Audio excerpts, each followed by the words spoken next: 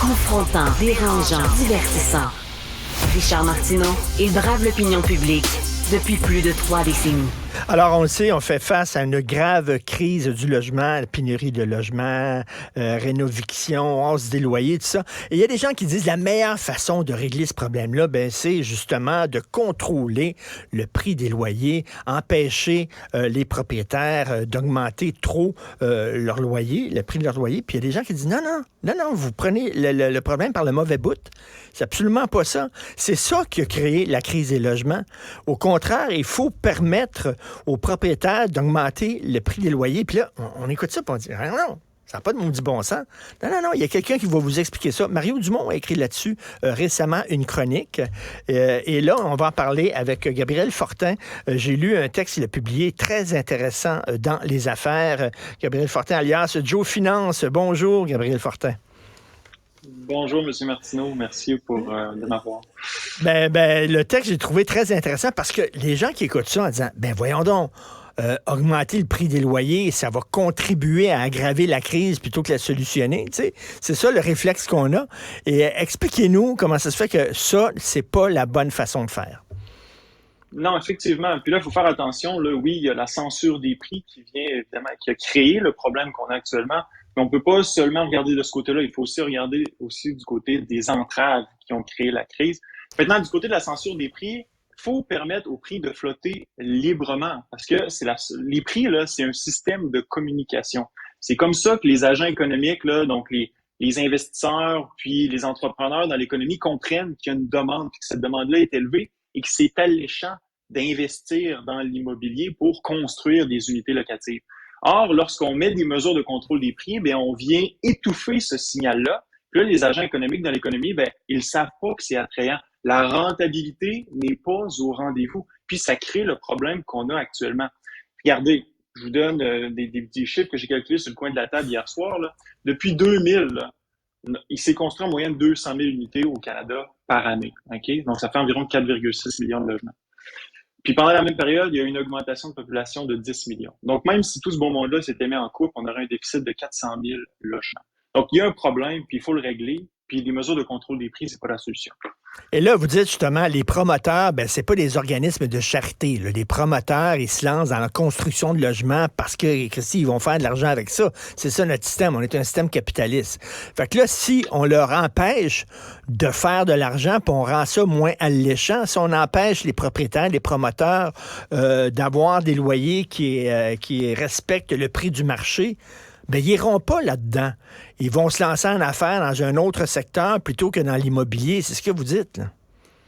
Exactement. Lorsqu'on laisse les prix fonctionner correctement, les ressources vont se diriger là où la demande est la plus importante. Et là, présentement, on n'a pas ce signal-là, ce qui fait que la construction est déficitaire. D'ailleurs, les plus récents chiffres de la SCHL qui ont été révisés, d'ici 2030, on prévoit un manque à gagner de 4 millions de logements au Canada, au Québec, autour d'1 million. Donc, clairement, il faut qu'il y ait quelque chose qui change. Mais là, il y a des gens qui vont dire, OK, mettons, si effectivement, on arrête de contrôler les prix puis de mettre des plafonds puis tout ça, là, c'est que les promoteurs vont seulement se lancer dans la construction de logements dispendieux, riche. Est-ce que c'est pour ça qu'on a depuis quelques années à Montréal, c'est rien que des tours à condos puis des tours à condos, parce que c'est plus payant faire ça, parce que les loyers des condos, les hypothèques, c'est plus cher. On s'adresse à des consommateurs qui ont de l'argent dans leur compte. Oui, mais ce qui arrive, c'est lorsqu'on augmente le nombre d'unités sur le logement, vous avez des gens qui habitent dans des unités plus vieillottes qui vont monter dans l'échelle immobilière, si je peux me permettre de m'exprimer ici. Là, ça va libérer des plus vieilles unités. Il faut dire que le parc immobilier au Québec est extrêmement vieux. 70% des unités ont été construites avant 1979. Donc, ces unités-là vont être bien sûr moins chères que les nouvelles qui entrent sur le marché. Mais il faut qu'il y ait un volume important de nouvelles unités qui entrent sur le marché. Sinon, ce transfert-là ne se fait pas. Mais pourquoi un promoteur se lancerait dans la construction de loyers modiques, par exemple, de logements sociaux? Il ne faut pas d'argent avec ça, là. Effectivement, là, vous mettez le doigt sur quelque chose. Le marché ne peut pas combler tous les besoins. Et peut-être que ce besoin-là ne peut pas être comblé. Et là, oui, l'intervention du gouvernement peut être judicieuse, si je peux me permettre de m'exprimer ici. Mais on ne réglera pas le problème en construisant des logements sociaux. Là, donc, on ne réglera pas le problème de tout le monde. Oui, peut-être pour une minorité de la population, on va peut-être régler ce problème-là, mais on ne pourra pas régler le problème du manque de logements actuel en juste construisant des logements sociaux. Puis regardez aussi l'état des logements sociaux au Québec. Disons qu'un des pires propriétaires au Québec, c'est probablement le gouvernement du Québec. Mais est-ce qu'il manque d'acteurs? Parce qu'on le sait, le plus il y a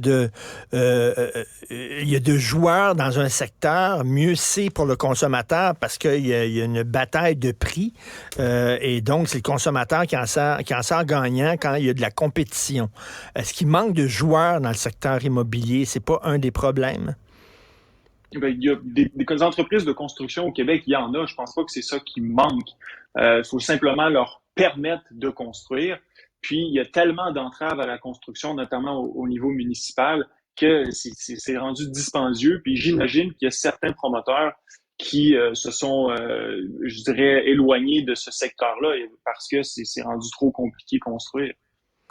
Est-ce que le contrôle, on dit que le contrôle des loyers, finalement, ça dessert les gens, mais ça prend, ça prend plusieurs années avant qu'on sente les effets, justement, négatifs du contrôle des loyers. C'est pas dans les 5 prochaines années, c'est peut-être sur 30 ans et 40 ans qu'on voit ça. Donc là, la crise du logement, finalement, on récolte ce qu'on a semé il y a quoi? Il y a 30 ans? Ouais, on récolte ce qu'on a semé il y a 30, 40, même 50 ans. Les premières réformes là, de la section du louage dans le Code civil, ça date de l'ère Bourassa. Puis, je dirais que les mesures plus draconiennes de contrôle des loyers ont été introduites par le gouvernement de René Lévesque. Et c'est essentiellement près de 40, 50 ans plus tard qu'on récolte les conséquences de cette crise-là, de ce contrôle de loyer-là. Donc, on est allé par l'émotion. Hein. Des fois, il faut mettre l'émotion de côté puis essayer de raisonner. On est allé sur l'émotion. Oh mon Dieu, les loyers sont trop chers, donc on va contrôler les loyers puis tout ça. C'est certain que c'est le réflexe qu'on a tout de suite. Et vous dites, dans le domaine de l'économie, faut mettre les émotions de côté parce que des fois, le mieux est l'ennemi du bien. On veut bien faire, mais finalement, au lieu de bien faire, ce qu'on fait, c'est qu'on se tire dans le pied puis on aggrave la situation. Mais effectivement, mais là, c'est le problème des incitatifs des politiciens. Les politiciens ont des incitatifs qui sont très à court terme. Donc, eux vont mettre des mesures pour se faire élire à la prochaine élection qui est au maximum dans 4 ans. Et ces mesures-là, ben, c'est des plasteurs. Mais parfois, on oublie de considérer les conséquences non attendues des mesures qui sont mises en place. Et là, ben, on a le résultat qu'on a aujourd'hui. Puis c'est clair que si on fait un retour, puis on fait je dirais des réformes majeures du côté du Code civil pour permettre justement le flottement des prix, ben à court terme, il va y avoir des conséquences importantes à ça. Par contre, on va récolter les bénéfices à plus long terme.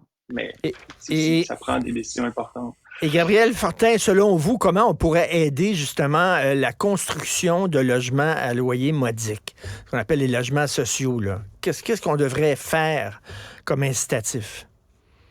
Ben, d'abord, de permettre justement que certaines unités des logements plus vieux se libèrent en permettant plus de construction immobilière. Deuxièmement, lorsqu'on parle de personnes qui sont dans des situations difficiles, pratiquement à la rue, ben là, oui, il y a peut-être une intervention gouvernementale qui peut être faite parce que c'est dispendieux construire du logement, puis des logements à loyer modique. Je pense pas que l'industrie privée peut entrer dans ce marché-là et être rentable.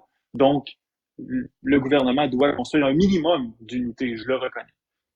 Il y a beaucoup d'études qui disent qu'au Québec, on a des problèmes de littératie économique. Les gens ne comprennent pas la façon dont le système économique fonctionne. C'est ce que vous donnez, vous, comme mission, Gabriel Fortin. C'est un peu d'essayer de vulgariser le fonctionnement du système économique. Et comme je le disais, de dire aux gens, des fois, il faut mettre les émotions de côté, puis il faut y aller de façon rationnelle. C'est la meilleure façon de régler un problème. Est-ce que vous êtes d'accord avec ça qu'on comprend mal le système économique? En général. Effectivement, c'est d'ailleurs la raison pour laquelle j'ai créé ma chaîne YouTube qui vise justement à vulgariser ces concepts-là d'économie, d'offre et de demande, de contrôle des prix, puis aussi des marchés financiers. Il y a un enjeu majeur, même du côté de notre classe politique, de la compréhension de comment fonctionne l'économie. C'est pas nouveau, mais bon, j'essaie de faire du mieux que je peux. Puis si à travers les articles que j'ai écrits, ça permet à d'autres de comprendre l'enjeu réel dans le secteur de l'immobilier, bien tant mieux. En tout cas, moi, je conseille aux gens d'aller voir justement votre chaîne YouTube. C'est quoi, Joe Finance, c'est ça? Joe Finance, exactement. Josfinance, Joe Finance et Gabriel Fortin va vous apprendre l'ABC du système économique. Merci beaucoup, Gabriel. Salut, bonne journée. Merci beaucoup, bonne journée. Bye, salut. Vous venez